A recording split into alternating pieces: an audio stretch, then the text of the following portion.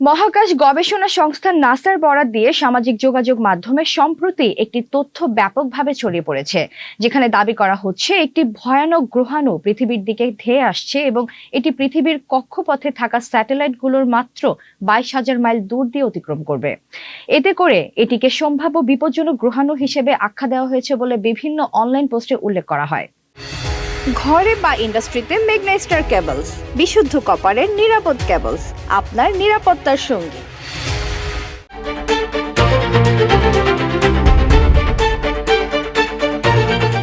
তবে মহাকাশ গবেষণার আন্তর্জাতিক মানদণ্ড অনুযায়ী কোনো গ্রহাণুকে বিপজ্জনক হিসেবে শ্রেণীভুক্ত করতে হলে সেটির আকার, গতি ও পৃথিবীর সঙ্গে সংঘর্ষের সম্ভাবনা, এই তিনটি বিষয় নিশ্চিতভাবে বিশ্লেষণ করা হয়।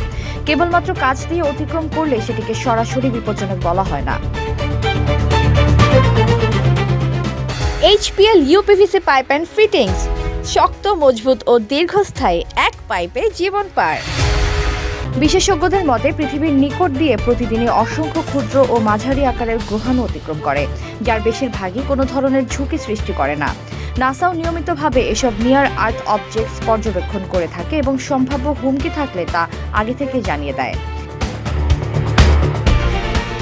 এদিকে 22,000 মাইল দূরত্বটি মহাকাশের ভাষায় খুব কাছাকাছি মনে হলেও বাস্তবে এটি এখনও নিরাপদ সীমার মধ্যেই পড়ে, বিশেষ করে পৃথিবী থেকে চাঁদের গড় দূরত্ব প্রায় 2,38,000 মাইল হওয়ায়।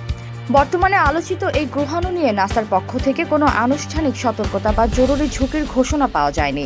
ফলে বিশেষজ্ঞরা বলছেন, সামাজিক মাধ্যমে ছড়ানো তথ্য যাচাই ছাড়া আতঙ্কিত হওয়ার কারণ নেই।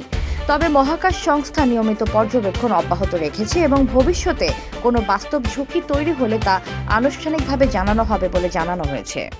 এতক্ষণ আপনাদের সাথে ছিলাম তামান্না ইসলাম তন্নি। প্রতিদিনের নিউজ আপডেট পেতে আমাদের সাথেই থাকুন।